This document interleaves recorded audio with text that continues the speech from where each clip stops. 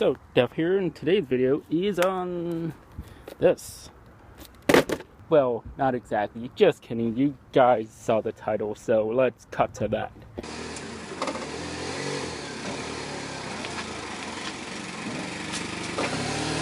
So, we will be working on this today.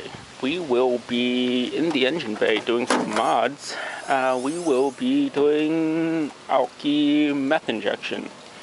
So, there is space in here somewhere.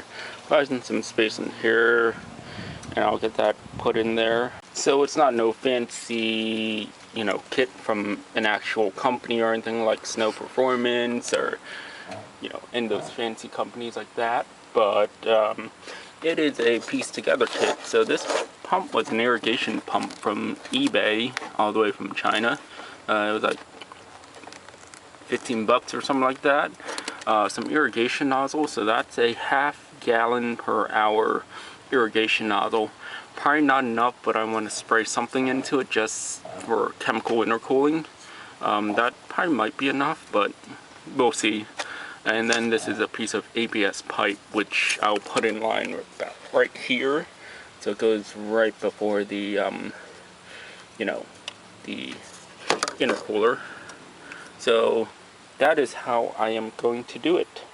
So let's start hacking and putting stuff on this car.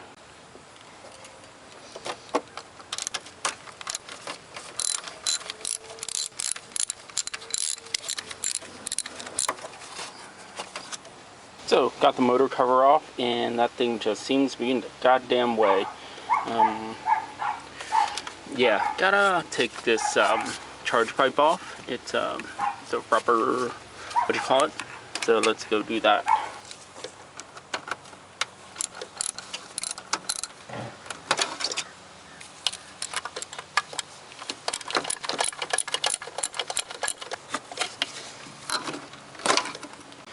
So I think it's a good thing I pulled this thing apart, because I'm seeing a lot of oil in here.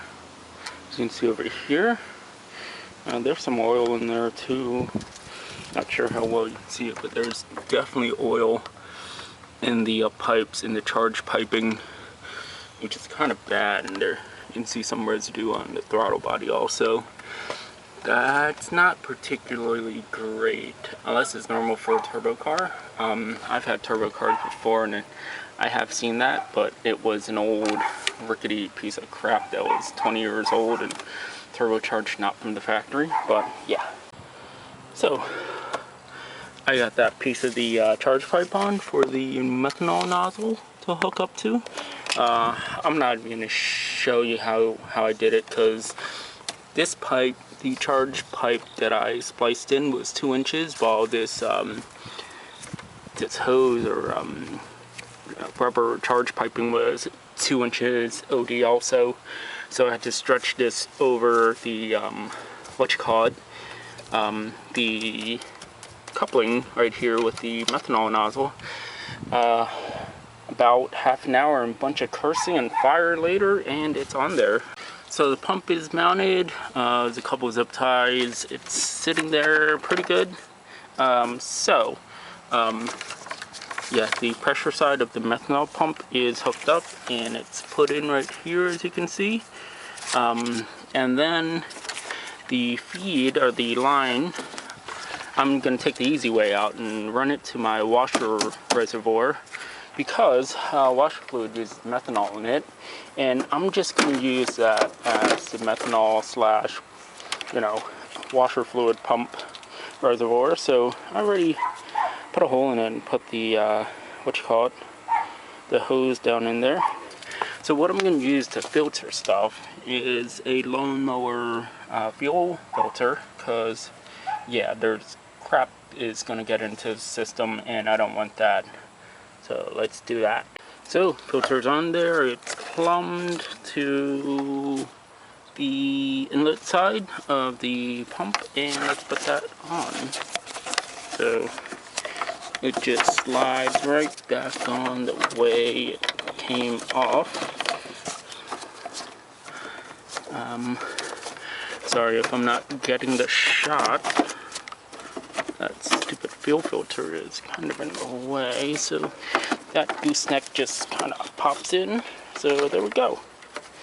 That is on. Let me try to tuck this hose in. So that is that. So I'm gonna, well, winter mix of windshield washer fluid is just about 30%. So I'm just gonna run 50-50 just because, and I think I should be okay. So now most of the mechanical portions out of the way.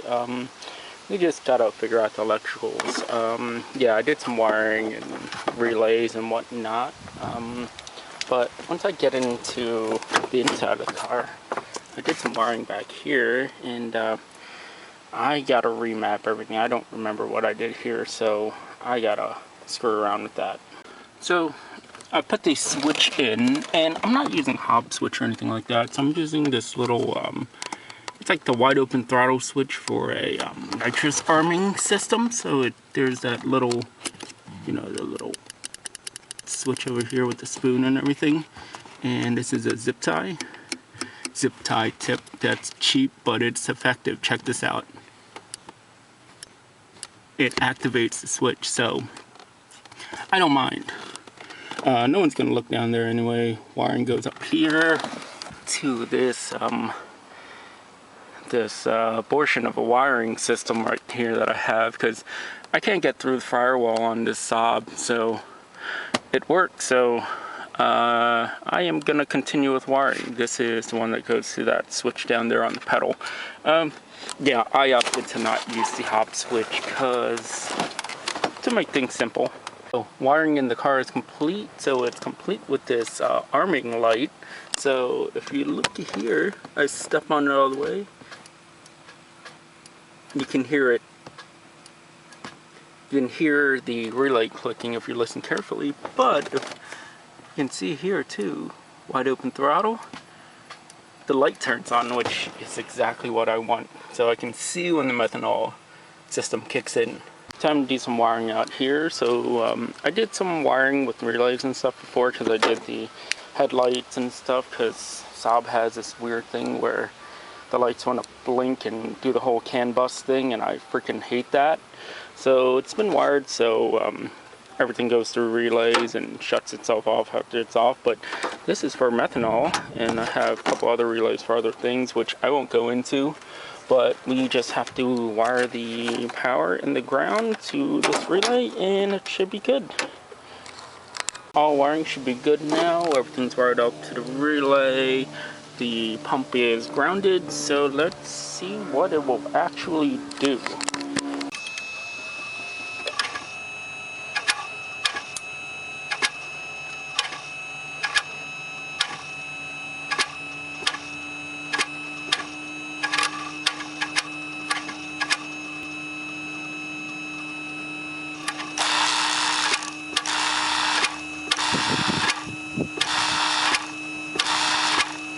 So it's all buttoned back up. Motor covers back on.